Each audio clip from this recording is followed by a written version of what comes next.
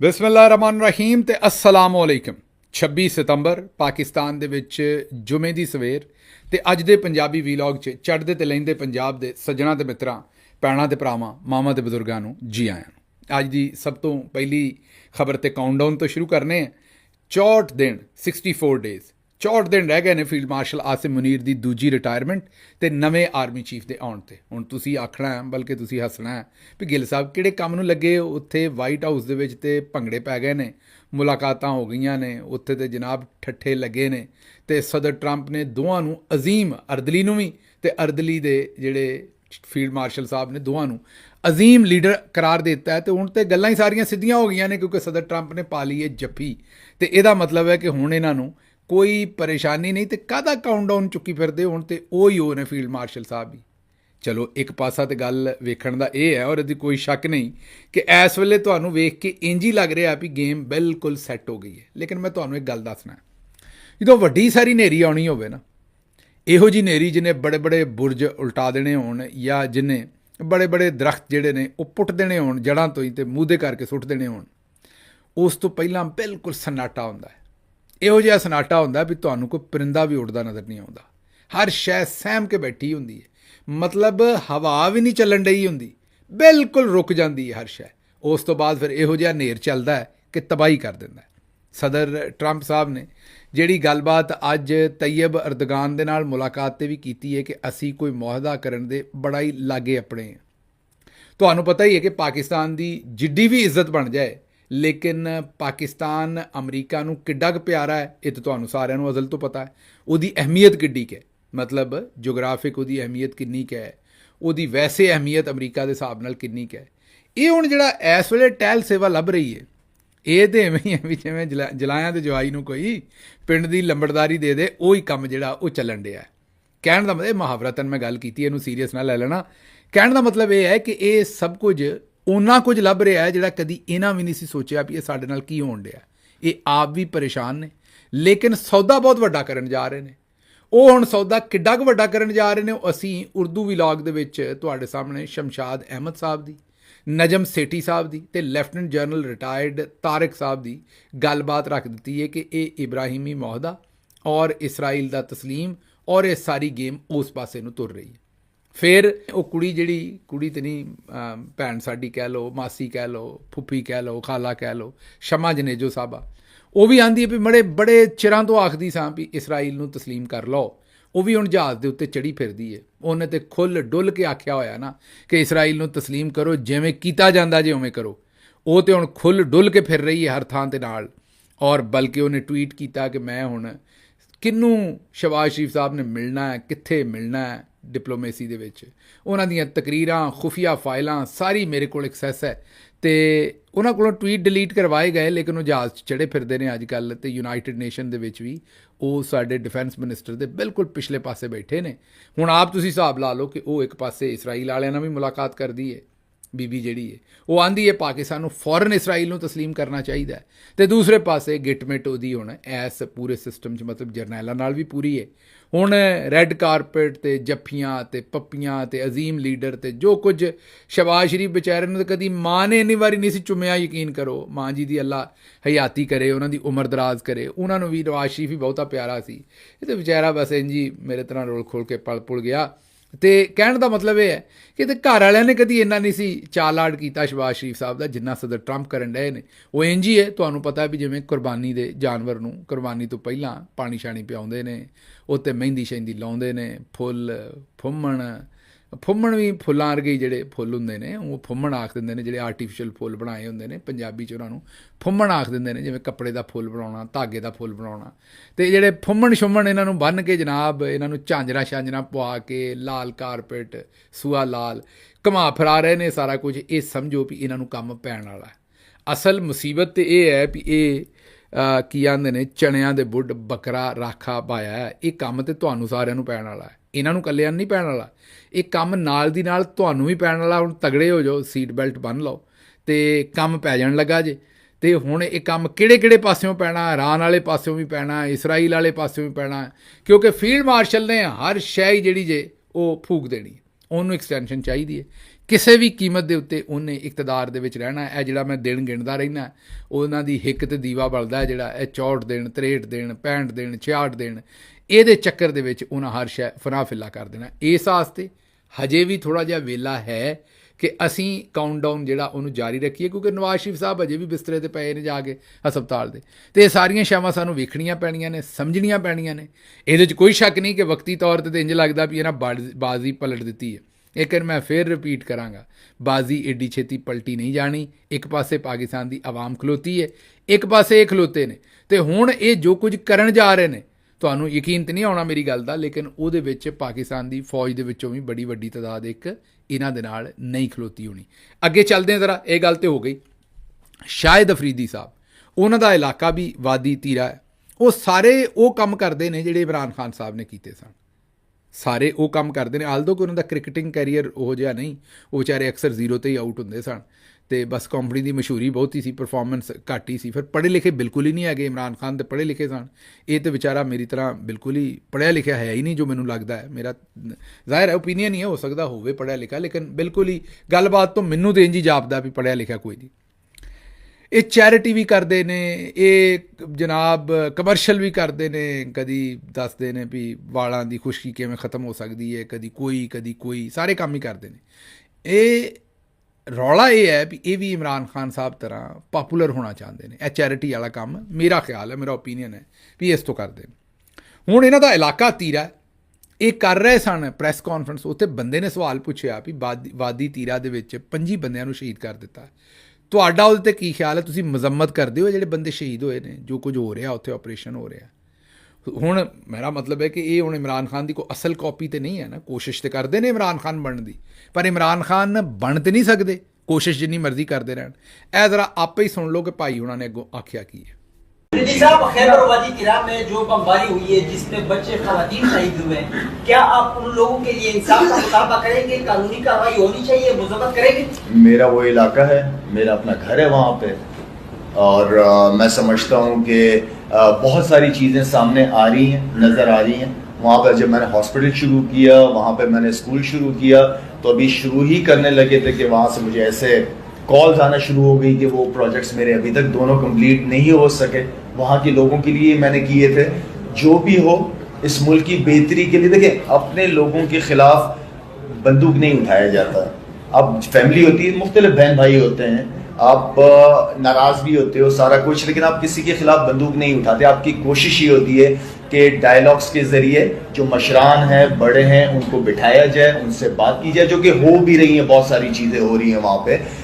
मैं वहाँ, क्योंकि वो एरिया बहुत खूबसूरत एरिया है, मेरी पर्सनली दिली ख्वाहिश होती है कि हालात बेहतर हो, मैं वहाँ दोबारा अपने इलाके में जा सकूँ। वहाँ हमारी फाउंडेशन की काफ़ी एक्टिविटीज़ रही हैं अल्हम्दुलिल्लाह, और भी करनी है, थोड़े से हालात बेहतर हो जाए इंशाअल्लाह। सुन लिया जी, सवाल गंदम जवाब चना। सवाल पुछया भी ਉਹਦੀ ਮੁਜ਼ੰਮਤ ਕਰ ਦਿਓ, ਪਤਾ ਨਹੀਂ ਗੱਲ ਕਿੱਧਰੋਂ ਦੀ ਖਿੱਚ ਕੇ ਕਿੱਧਰ ਨੂੰ ਲੈ ਕੇ ਵਾਇਆ ਬਠਿੰਡਾ ਘੁੰਮ ਘਮਾ ਕੇ ਆ ਕੇ ਉਹਨਾਂ ਨੇ ਗੱਲ ਕੋ ਹੋਰ ਕਰ ਦਿੱਤੀ। ਤੁਸੀਂ ਹਿਸਾਬ ਸੂਰਤ ਹਾਲ ਆਪ ਵੇਖ ਲਓ ਇਹਨਾਂ ਲੋਕਾਂ ਦੀ, ਕਿ ਇਹਨਾਂ ਨੇ ਇਮਰਾਨ ਖਾਨ ਬਣਨਾ ਹੈ, ਇਹ ਇਮਰਾਨ ਖਾਨ ਬਣਨਾ ਚਾਹੁੰਦੇ ਨੇ, ਚੈਰਿਟੀ ਕਰਕੇ ਬਾਕੀ ਸਾਰੀਆਂ ਗੱਲਾਂ। ਇਮਰਾਨ ਖਾਨ ਦਲੇਰੀ ਨਾਲ ਬਣਿਆ ਜਾਣਾ, ਇਮਰਾਨ ਖਾਨ ਇਹੋ ਜਿਹੀਆਂ ਖੱਚਾ ਮਾਰ ਕੇ ਨਹੀਂ ਬਣਿਆ ਜਾਣਾ। ਤੁਹਾਡੇ ਕੋਲੋਂ ਸਿੱਧਾ ਸਵਾਲ ਕੀਤਾ, ਜਵਾਬ ਦਿਓ ਕਿ ਹਾਂ ਉੱਥੇ ਮਾਸੂਮ ਲੋਕ ਸ਼ਹੀਦ ਹੋਏ ਨੇ, ਮੈਂ ਉਹਦੀ ਮੁਜ਼ੰਮਤ ਕਰਦਾ। ਇਹ ਕਿਹੜੀ ਐਡੀ ਗੱਲ ਹੈ? ਹੁਣ ਤੇ IGFC ਕਹਿ ਚੁੱਕਿਆ ਹੈ, ਹੁਣ ਤੇ IGFC ਕਹਿ ਚੁੱਕਿਆ ਕਿ ਉੱਥੇ ਜਨਾਬ, ਔਰ ਉਹ ਅਫਰੀਦੀ ਸਾਹਿਬ ਦੱਸ ਰਹੇ ਨੇ ਕਿ ਉਹ IGFC ਕਹਿ ਰਹੇ ਨੇ ਕਿ ਹਾਂਜੀ ਮਾਸੂਮ ਲੋਕ ਸ਼ਹੀਦ ਹੋਏ ਨੇ, ਅਸੀਂ ਉਹਨਾਂ ਨੂੰ ਜਿਹੜਾ 1-1 ਕਰੋੜ ਰੁਪਈਆ ਵੀ ਦੇ ਰਹੇ ਹਾਂ। ਅਤੇ ਮੈਨੂੰ ਇਹ ਦੱਸੋ ਵੀ ਉਸ ਤੋਂ ਬਾਅਦ ਅਫਰੀਦੀ ਸਾਹਿਬ ਤੁਹਾਨੂੰ ਕਹਿਣ ਦੇ ਵਿੱਚ ਕਿਹੜਾ ਮਸਲਾ ਹੈ? ਲੇਕਿਨ ਚਲੋ, ਇਹਨਾਂ ਨੇ ਇਹੀ ਕੰਮ ਕਰਨਾ। ਅਗਲੀ ਖਬਰ ਰੂਸ ਤੋਂ ਹੈ ਜੀ। ਅਸੀਂ ਤੁਹਾਨੂੰ ਪਤਾ ਜਿੱਥੇ ਜਾਂਦੇ ਝੰਡੇ ਕੱਢਦੇ। ਪਾਕਿਸਤਾਨ ਪੋਸਟ, ਉਹਨਾਂ ਦੇ ਬਾਰੇ ਖਬਰ ਹੈ ਕਿ ਪਾਕਿਸਤਾਨ ਪੋਸਟ ਨੇ ਰੂਸ ਪੋਸਟ ਜਿਹੜੀ ਹੈ ਉਹਦੇ 3 ਸਾਲ ਤੋਂ ਵਾਜਬਾਤ ਨਹੀਂ ਦਿੱਤੇ। ਅਸੀਂ ਕਰਜ਼ਈ ਹਾਂ, रूस वाले साड़ी डाक डिलीवर करते रहे ने, साढ़े पार्सल चुक के दिंदे रहे ने जिथे जिथे घलते रहे, पर असी उन्होंने रुपये नहीं दिते, इत्थे लोगों कोलों पैसे लेंदे रहे हैं। ये गल नूं समझो, अगर तुसी रूस के इलाकों या किसी ऐसी जगह पर डाक या पार्सल भेज रहे हो जिहड़े जिहदे विच रूस पोस्ट इनवॉल्व है, रूस का जिहड़ा डाकखाने का महकमा है, जाहिर है आवाम ने तो पैसे दे दिते, मुफ्त इत्थों कुछ नहीं जाता ना। आवाम कोलों पैसे लैके डाक वाले अपनी जेब च पा ले तो रूस वालियां नूं दिता ही कख ना। हुण रूस वालियां ने आखिर 3 साल तो बाद जिहड़ा रूसी डाकखाना है उन्हें हत्थ खड़े कर दिते, उन्हें कहा असीं तुहाडी कोई पोस्ट हुण नहीं रिसीव करनी, असीं तुहाडे नाल लैण देण ही नहीं करना, साडा तुहाडा काम बंद। ਉਹਦੀ ਵਜ੍ਹਾ ਹੈ ਵੀ ਉਹਨਾਂ ਕੋਲੋਂ ਕੰਮ ਕਰਾਈ ਜਾ ਰਹੇ ਸਨ, ਪੈਸੇ ਤੁਹਾਡੇ ਕੋਲ ਲੈ ਕੇ ਖਾਈ ਜਾ ਰਹੇ ਸਨ ਤੇ ਉਹਨਾਂ ਨੂੰ ਪੈਸੇ ਦੇ ਨਹੀਂ ਸੀ ਰਹੇ। ਇਹ ਵੀ ਵੈਸੇ ਹੈ ਨਾ ਜ਼ਬਰਦਸਤ ਕੰਮ, ਫੀਲ ਦਾ ਡਿਜੀਟਲ ਡਿਫਰੈਂਸ। ਅੱਗੇ ਚਲੀਏ ਜੀ ਜ਼ਰਾ। ਇਹ ਖਬਰ ਬੜੀ ਹੀ ਹੈਰਾਨ ਕੁਨ ਵੀ ਹੈ, ਮੇਰੇ ਲਈ ਪਰੇਸ਼ਾਨ ਕੁਨ ਵੀ ਹੈ। ਸੂਬਾ ਸਿੰਧ ਦੇ ਵਿੱਚ 35,000 ਵਾਲਦੈਨ ਨੇ ਬੱਚਿਆਂ ਨੂੰ ਪੋਲੀਓ ਦੀ ਵੈਕਸੀਨ ਪਿਲਾਉਣ ਤੋਂ ਇਨਕਾਰ ਕਰ ਦਿੱਤਾ। 34,000 ਵਾਲਦੈਨ ਦਾ ਤਲਕ ਕਰਾਚੀ ਤੋਂ ਹੈ। ਇਹ ਅੱਗੇ ਪਿਛਲੇ ਦਿਨਾਂ ਦੇ ਵਿੱਚ ਉਹ ਕੈਂਸਰ ਦੀ ਇੱਕ ਵੈਕਸੀਨ ਹੈ, ਉਹਦੇ ਤੇ ਵੀ ਇਹੀ ਫੱਡਾ ਪਾਉਂਦੇ ਨੇ ਲੋਕੀ।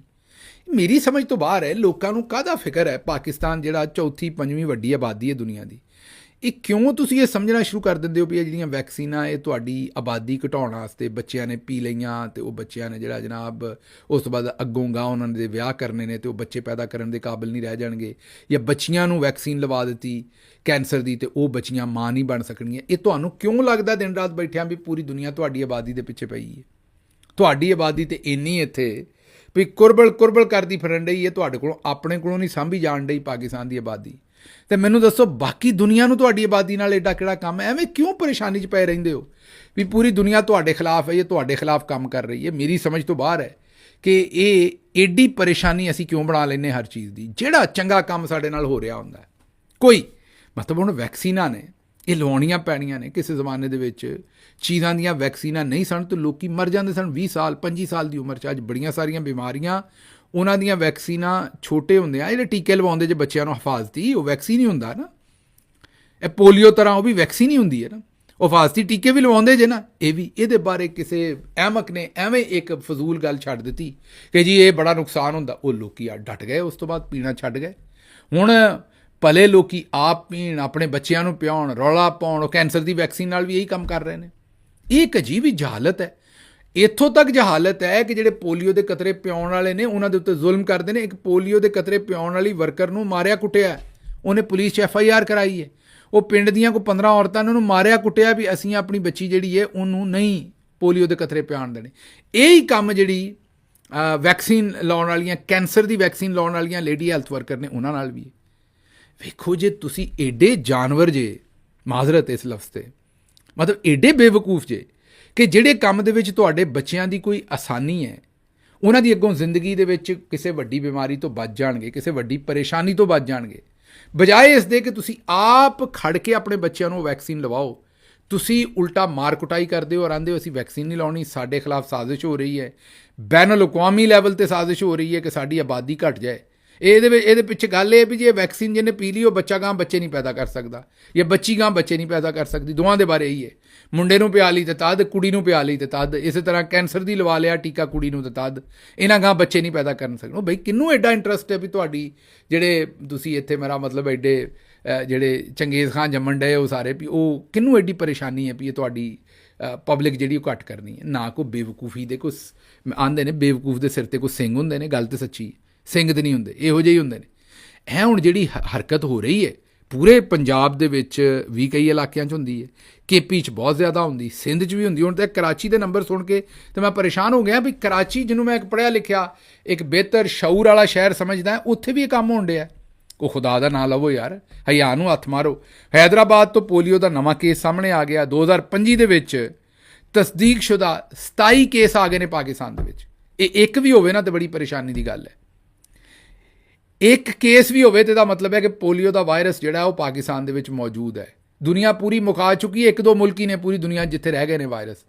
ਕੋ ਥੋੜਾ ਖਿਆਲ ਕਰੋ, ਸਾਡੀ ਜਿਹੜੀ ਟਰੈਵਲ ਹੈ, ਸਾਡੀ ਇੰਗੇਜਮੈਂਟ ਹੈ ਦੁਨੀਆ ਨਾਲ, ਉੱਤੇ ਆਉਣ ਵਾਲੇ ਵਕਤ 'ਚ ਪਾਬੰਦੀ ਲੱਗੇਗੀ। ਤੁਹਾਡੇ ਬੱਚੇ ਜਿਹੜੇ ਨੇ ਉਹ ਵੀ ਸਿਹਤਮੰਦ ਨਹੀਂ ਰਹਿ ਸਕਣਗੇ। ਪੂਰੀ ਦੁਨੀਆ ਨੇ ਇੱਥੇ ਕੰਟਰੋਲ ਕਰ ਲਿਆ, ਤੁਹਾਡੀ ਜਹਾਲਤ ਰੋਕੀ ਖੜੀ ਹੈ। ਇਸ ਲਈ KP 'ਚ 18 ਨੇ, ਸਿੰਧ ਦੇ ਵਿੱਚ 7 ਨੇ, ਪੰਜਾਬ ਔਰ ਗਿਲਗਿਤ ਬਲਤਿਸਤਾਨ ਦੇ ਵਿੱਚ ਪੋਲੀਓ ਦਾ ਇੱਕ ਕੇਸ ਸਾਹਮਣੇ ਆਇਆ। ਮੈਂ ਹੁਣ ਤੁਹਾਡੇ ਕੋਲੋਂ ਅਪੀਲ ਹੀ ਕਰ ਸਕਦਾ, ਇਹ ਜੋ ਝੂਠ ਹੈ, ਜੋ ਵੀ ਇਹਦੇ ਖਿਲਾਫ ਗੱਲਾਂ ਨੇ, ਇਹ ਬੱਚਿਆਂ ਨੂੰ ਜ਼ਰੂਰ ਵੈਕਸੀਨ ਪਿਆਓ, ਹਰ ਸੂਰਤ ਪਿਆਓ, ਟੀਕੇ ਵੀ ਲਵਾਓ। ਇਹ ਸਾਰਾ ਚੰਗੇ ਕੰਮ ਵਾਸਤੇ। ਜਿਹੜਾ ਵੀ ਤੁਹਾਨੂੰ ਬਦਬਖਤ ਦੱਸਦਾ ਝੂਠ ਮਾਰਦਾ, ਇਹਦੇ ਵਿੱਚ ਕੋਈ ਸੱਚ ਜਿਹੜਾ ਉਹ ਮੌਜੂਦ ਨਹੀਂ ਹੈ। ਅੱਛਾ ਜੀ, ਜ਼ਰਾ ਅਗਲੀ ਖਬਰ ਵਾਲੇ ਪਾਸੇ ਚਲੀਏ। ਅਗਲੀ ਖਬਰ ਇਹ ਕਿ ਬਿਲਾਵਲ ਜ਼ਰਦਾਰੀ ਸਾਹਿਬ ਨੇ ਆਪਣੇ ਕਜ਼ਨ ਨੂੰ ਵੈਲਕਮ ਕੀਤਾ, ਜਿਹੜਾ ਮੁਰਤਜ਼ਾ ਭੁੱਟੋ ਸਾਹਿਬ ਦੇ ਸਾਹਿਬਜ਼ਾਦੇ ਨੇ, ਜ਼ੁਲਫਕਾਰ ਜੂਨੀਅਰ ਭੁੱਟੋ ਸਾਹਿਬ ਦਾ ਪੋਤਰਾ, ਜ਼ੁਲਫਕਾਰ ਅਲੀ ਭੁੱਟੋ ਸਾਹਿਬ ਦਾ ਪੋਤਰਾ, ਜਿਹੜਾ ਅਸਲ ਵਾਰਿਸ ਹੈ ਉਹਨਾਂ ਦੀ, ਜ਼ਾਹਿਰ ਹੈ ਸਾਰੀ ਮਿਰਾਸ ਦਾ। ਉਹਨੂੰ ਹੁਣ ਵੈਲਕਮ ਕੀਤਾ ਕਿਉਂਕਿ ਉਹ ਸਿਆਸਤ 'ਚ ਆ ਗਏ ਨੇ, ਉਹਨਾਂ ਆਪਣੀ ਪਾਰਟੀ ਸ਼ੁਰੂ ਕਰ ਦਿੱਤੀ ਹੈ। ਉਹ ਹੁਣ ਇਲੈਕਸ਼ਨ ਲੜਨਗੇ ਅਗਲਾ ਬਿਲਾਵਲ ਸਾਹਿਬ ਨੂੰ ਬੜੀ ਪਰੇਸ਼ਾਨੀ ਬਣੀ ਹੋਈ ਹੈ ਉਹਦੇ ਤੇ ਸਵਾਲ ਪੁੱਛਿਆ ਕਿਸੇ ਨੇ ਤਾਂ ਉਹਨਾਂ ਕਿਹਾ ਜੀ ਨਹੀਂ ਅਸੀਂ ਵੈਲਕਮ ਕਰਦੇ ਹਾਂ, ਅਸੀਂ ਤੇ ਉਹਨਾਂ ਦੀ ਸਿਆਸਤ ਦੇ ਉੱਤੇ ਕਦੇ ਪਾਬੰਦੀ ਨਹੀਂ ਲਾਈ। ਹਾਲਾਂਕਿ ਉਹ ਇਹ ਆਂਦੇ ਨੇ, ਜ਼ਾਹਿਰ ਹੈ ਇਲਜ਼ਾਮ ਨੇ ਸਿੱਧੇ ਸਿੱਧੇ, ਕਿ ਆਸਿਫ ਅਲੀ ਜ਼ਰਦਾਰੀ ਸਾਹਿਬ ਨੂੰ ਉਹਨਾਂ ਨੇ ਨੋਮੀਨੇਟ ਕੀਤਾ ਹੋਇਆ ਕਤਲ ਦੇ ਮੁਕੱਦਮੇ 'ਚ, ਔਰ ਆਪਣੇ ਵਾਲਦ ਦੇ ਕਤਲ ਦੇ ਮੁਕੱਦਮੇ 'ਚ ਨੋਮੀਨੇਟ ਕੀਤਾ ਉਹਨਾਂ ਦੇ ਹਿਸਾਬ ਨਾਲ, ਤੇ ਉਹਨਾਂ ਦੇ ਵਾਲਦ ਦੇ ਕਾਤਲ ਹੀ ਜਿਹੜੇ ਨੇ ਉਹ ਆਸਿਫ ਜ਼ਰਦਾਰੀ ਸਾਹਿਬ ਨੇ। ਤੇ ਇਹ ਵੀ ਇੱਕ ਨਵਾਂ ਜੋੜ ਸਿੰਧ ਦੇ ਵਿੱਚ ਹੁਣ ਪੈਣ ਵਾਲਾ, ਵੇਖਦੇ ਆਉਣ ਵਾਲੇ ਵਕਤ ਦੇ ਵਿੱਚ ਇਹ ਮਾਮਲਾ ਕਿਹੜੇ ਪਾਸੇ ਜਾਂਦਾ ਹੈ, ਲੇਕਿਨ ਇਹ ਇੱਕ ਜੋੜ ਵੀ ਤਗੜਾ ਆਉਣ ਵਾਲੇ ਵਕਤ ਦੇ ਵਿੱਚ ਪਏਗਾ। ਅੱਛਾ ਜੀ, ਅੱਗੋਂ ਬਲੋਚਿਸਤਾਨ ਦੇ ਵਿੱਚ ਆਟਾ ਬਹੁਤ ਹੀ ਮਹਿੰਗਾ ਹੋ ਗਿਆ। 20 ਕਿਲੋ ਦਾ ਜਿਹੜਾ ਆਟਾ ਉਹ 2300 ਰੁਪਏ ਕਿਲੋ ਹੋ ਗਿਆ। 8 ਲੱਖ ਬੋਰੀਆਂ ਮੌਜੂਦ ਹੋਣ ਦੇ ਬਾਵਜੂਦ ਮਹਿਕਮਾ ਖੁਰਾਕ ਬਲੋਚਿਸਤਾਨ ਦੇ ਕੋਲ ਉਹਨਾਂ ਕੋਈ ਕਣਕ ਨਹੀਂ ਖਰੀਦੀ, ਜਿਹਦੇ ਨਾਲ 6 ਅਰਬ ਦਾ ਨੁਕਸਾਨ ਹੋਇਆ। ਹੁਣ ਸੂਬੇ ਦੇ ਕੋਲ ਕੋਈ ਕਣਕ ਨਹੀਂ ਹੈਗੀ।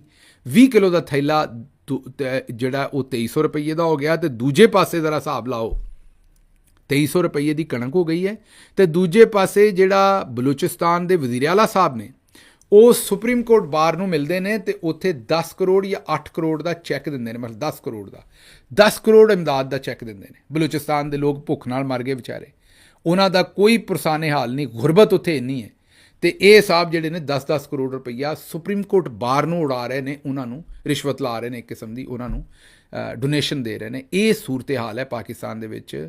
ਮਤਲਬ ਸਾਰਿਆਂ ਨੂੰ ਪਏ ਨੇ, ਮਤਲਬ ਗਰੀਬ ਦਾ ਹੱਕ ਹਰ ਬੰਦਾ ਖਾਣ ਡਿਆ।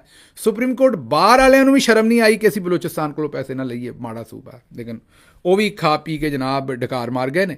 ਇਹ ਤੁਹਾਡੇ ਸਾਹਮਣੇ ਜਨਾਬ ਇੱਕ ਖਬਰ ਰੱਖਣੀ ਹੈ। ਖਬਰ ਕੀ ਹੈ? ਇੱਕ ਯੁਵਰਾਜ ਸਿੰਘ ਦੇ ਵਾਲਦ, ਇਹ ਇੱਕ ਮਾਜ਼ੀ ਦੇ ਵਿੱਚ ਕ੍ਰਿਕਟਰ ਵੀ ਰਹੇ ਨੇ, ਹੁਣ ਇਹ ਫਿਲਮ ਸਟਾਰ ਵੀ ਨੇ ਬੜੇ ਤਗੜੇ ਚੜ੍ਹਦੇ ਪੰਜਾਬ ਦੇ।